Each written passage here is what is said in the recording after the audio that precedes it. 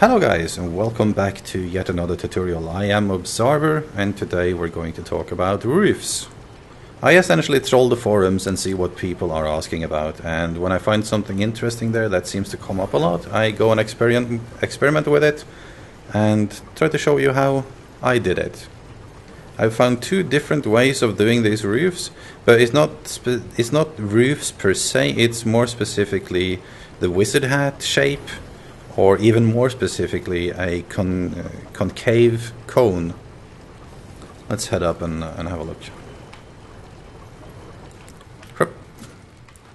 And you see some of it here.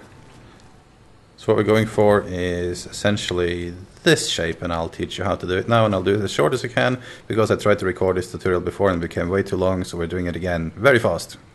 What you're seeing here is some of my most initial experiments, and I learned something since then. I sort of gave up on this and then sort of came back to it. These are one of the line tool techniques, which is the first one I'm going to go through, and then we're going to go through a different technique afterwards that you see over there. It's actually kind of self-explanatory.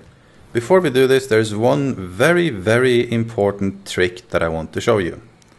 When using the line tool and connecting one line to a line above, like this, your instinct, and my instinct, which is why these are flawed, would be to connect it from the top of this box to the side of this box. And what happens when you do that is you get these little bugs like this. Let's try that one. And there, and there. You can see that it becomes buggy. However, and this was actually something that I saw Vacuum on the forums doing, which is doing some great tutorials over there. Check out his thread. If instead of you connect it to the side of the top box, you connect it to the top of the top box, it gets much smoother. You can see that happens here too. Connect it to the top.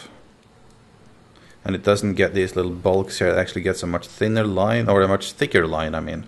So you don't get this angle on it as well that causes these holes in the line. So keep that in mind for everything that we're doing from this point on with the line tool.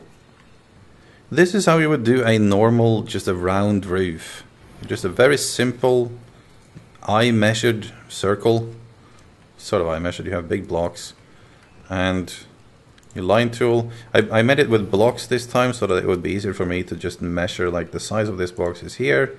And then we go up here and attach it to the center, and we just keep doing that around the place like this. On this side it's a little bit hard to see unless we delete a little bit or a big bit with the delete tool.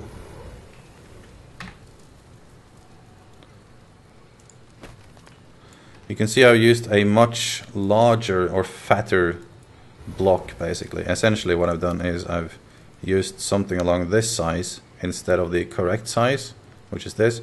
I've used something more like this. And that was to avoid some of these holes that becomes in the middle of it. The fatter it is, if we're going to call it fat, the less chance of these holes because they overlap each other.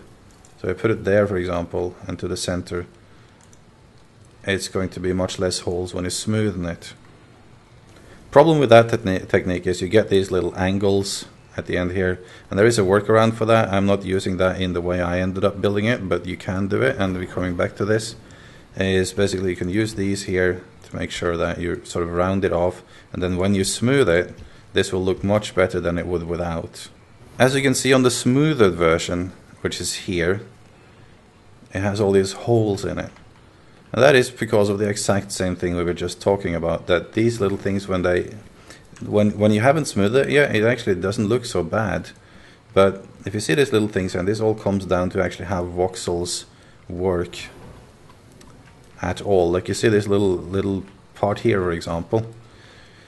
Voxels, and I'm going to go through this in much more detail in a voxel specific and microvoxel specific tutorial, but voxels are just triangles connected to each other. Basically little, not pyramids, because they're just, well, it's three triangles together, connected together. I'm not so good with geometrical names, but when one of those does not have anything that it can connect to a different part of a voxel, that will become a hole or one of those voxel glitches. So there always needs to be some, like here there would need to be a box so that this part could connect to another voxel. This is going to be a problem. And that's exactly what's happening over here. It becomes these holes because the triangles, when you smooth them, they contract together rather than connecting outwards, and holes becomes holes. So I've essentially used some of the same technique for this one. You can see there's a little bit of bugs there, and that's just because me copy pasting in my previous attempt to record this. But rest assured, this actually looks pretty fine originally. This was the starting base, or actually rather this was the starting base of this project. And what we do here is essentially, I just made it a bit of a rounder shape. This time you don't have to do that. But in here you would go like from there, let's make it a wrong size. There we go. From there to there, or from here to here rather. And just go around the place with this. The only thing you have to be careful with here is to not go outside of the circle. And that's because you need that circle underneath. We're going to make that into the same material at the bottom afterwards. The reason for that again is because these things, when you connect them to other surfaces and they are just smoothed one voxel high objects like this would be, they very easily bug out and mess up the tower that you place it on the top of, for example. So you need a little bit of material in the bottom here just to be sure. So that becomes like this, and then what I've done here is I've added these little pillars up here with holes in them. You can see it there too. Reason for that is because, as you can see, we're drawing from this. Next time we're going to draw up to here, and the third time we're going to draw up to here, approximately. To do that, I copied, basically we're going to do essentially this, drag a line from here. I'm using a different material on the next circle because we can just exchange those back afterwards. So you do that around the whole place, and the easiest way to do that is just copy it off, like I've done here, or actually here, to know exactly where you should draw from. Because when you copy, obviously you copy a straight line, like I would copy if my copy tool didn't disappear. I would copy, thank you, like this, you know. So we take this, draw all the lines like this, different material, easier to see. It doesn't have to be even, just has to be within that general area. And then for the second one, I didn't use exactly the same measurement technique. Instead, I just did this-ish, and then remove that part so that you have sort of like something to place it on there, because it was too sharp. It was too sharp from the part I haven't moved on here. If I were to drag a line from here, it would be too sharp of an angle. But however, if I were to or not too sharp of an angle, how do I explain it? It's like it's very hard to get the flat piece like I have here. Most of the time it would be vertical like it is now, the selection box, instead of flat. And we want it flat like it is now, horizontal. The easiest way to do that is cut out that piece so you have something flat to place it on around the whole place. Do this, keep going up here, and do that around the whole place. Alright, and then you end up with something like this. Here comes another very important tip. You see this? This is going to happen on some of them, not all of them, but some of them. What I've done here, if you look carefully, I've actually gone around the place and put blocks in, regular square voxels, where that happened.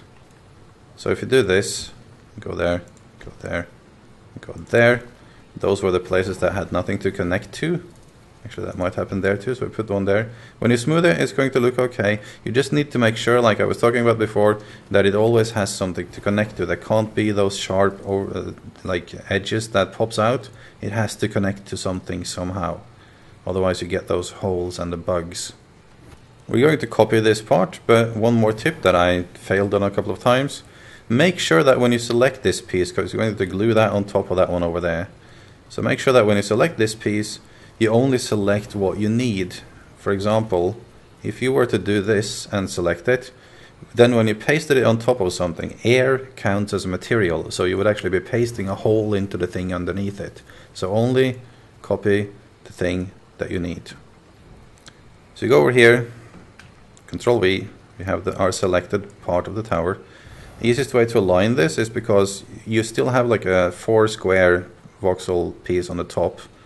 So just center that with your arrow key. You can of course use the other arrows to get it in the right spot. I believe we were there approximately. Well, let's put it there. It's a bit hard to... This is something they are actually talking about changing how this works, so I think that's it. Okay, and we heighten it. And now we just need to make sure that the selected part does not stick out too much, but just hides in the other one, like we did there. And that's it.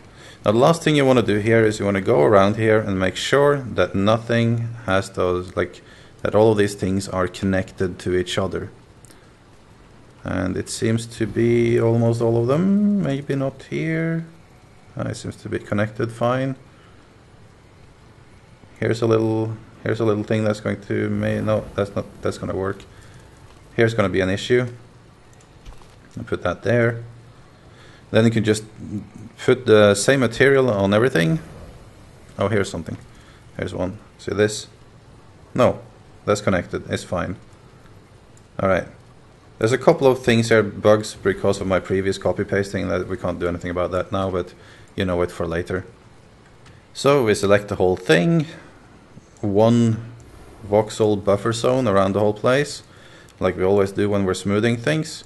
And that brings me over to another thing, by the way. The reason I'm not doing like very perfect things here is, like, first of all, this is a proof of concept more than is anything. It's not like a perfect build.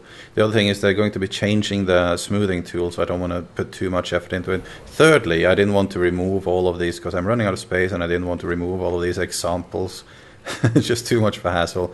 So you can build these much better, and whichever shape you like. It's just experimenting exactly how you want them. This is just a demo how you do it.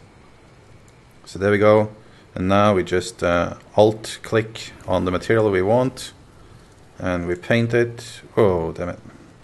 Alright, so as I was saying, we paint it before I deselected it. We paint it all in the same material like we did here. That's actually make it a little bit easier to see where the bugs are too, and then we start smoothing the box. We smooth and we smooth and we smooth and we smooth and we smooth and we spam that smoothing tool for a bit, and you have a pretty good shape. And now we can see where there was errors, and we could have gone back here and piece those things together, but this works. Oh, bad angle. It works pretty good. I actually did a few errors there, but I think the point has come across. You can fine-tune that. Okay, so I'm not really happy with this shape here, but this is a different technique. I should have generated this shape differently, and let me just show you how you can do those shapes. This is essentially like the Minecraft building style, and those of you who played Minecraft and build anything artistically are probably familiar with these tools that generate circles and such. Here is the page that I use. This page, the reason I'm using this page is because it has this specific tool that I haven't seen on any other pages. The Bézier's curve or something, I don't know how to pronounce it. But anyways, with this curve, as you can see on these images, you can adjust, you can pretty much make any shape more or less in this type of variety. You can adjust those sliders, you can adjust the little handles, and you can adjust how many pixels or blocks or voxels in this case that you want it to include, and get it as smooth as you want. Then underneath you get basically as many levels as the entire thing would consist of, and you just start building level by level. So in this case level 30, since I had a 30 high concave cone, this would be the bottom level, and I just built this.